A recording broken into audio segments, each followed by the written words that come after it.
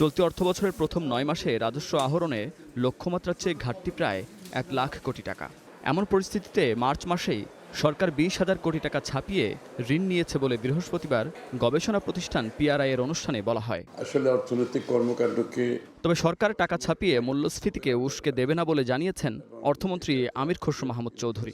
টাকা ছাপিয়ে bank, local bank থেকে বড় করে যেখানে প্রাইভেট সেক্টরকে ক্রাউড আউট করে দিয়ে এই ধরনের ইকোনমি তো সাস্টেনেবল হতে পারে না।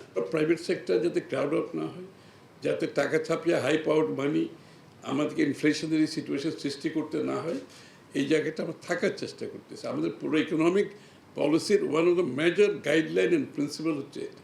তো সুতরাং এখানে এই ধরনের একটা রং ইনফরমেশন আসলে যে হয়, তাহলে এটা আমাদের একটা নির্বাচিত সরকারের প্রতিশ্রুতির সাথে এটা সাংঘর্ষিক হয়ে যায়। ইকোনমি যেখানে দাঁড়িয়ে আছে এখানে ট্যাক্স জিডিপি ইনক্রিজ করা একটা বিশাল কঠিন জব।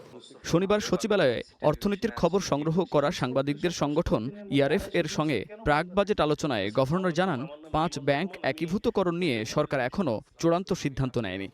আমাদের যেটা টার্গেট ছিল, ওনাদের যে প্রজেকশন ছিল, তাতে একটা সার্টেন পিরিয়ড পরে সম্মিলিত ইসলামী ব্যাংকটাকে রিক্যাপিটালাইজ করা, আবার হয়তো কারো কাছে বিক্রি করে দেওয়া, এটা তো সেইটা আমরা দেখছি যে এটার জন্য আসলে দীর্ঘ সময় অপেক্ষা করতে হবে এবং প্রচুর ইনভেস্ট করতে হবে। তো এখনই কি আমরা রিক্যাপিটালাইজ করার চেষ্টা করব? এই 5টা ব্যাংকের টোটাল ডিপোজিট আছে 1,30,000 কোটি টাকা।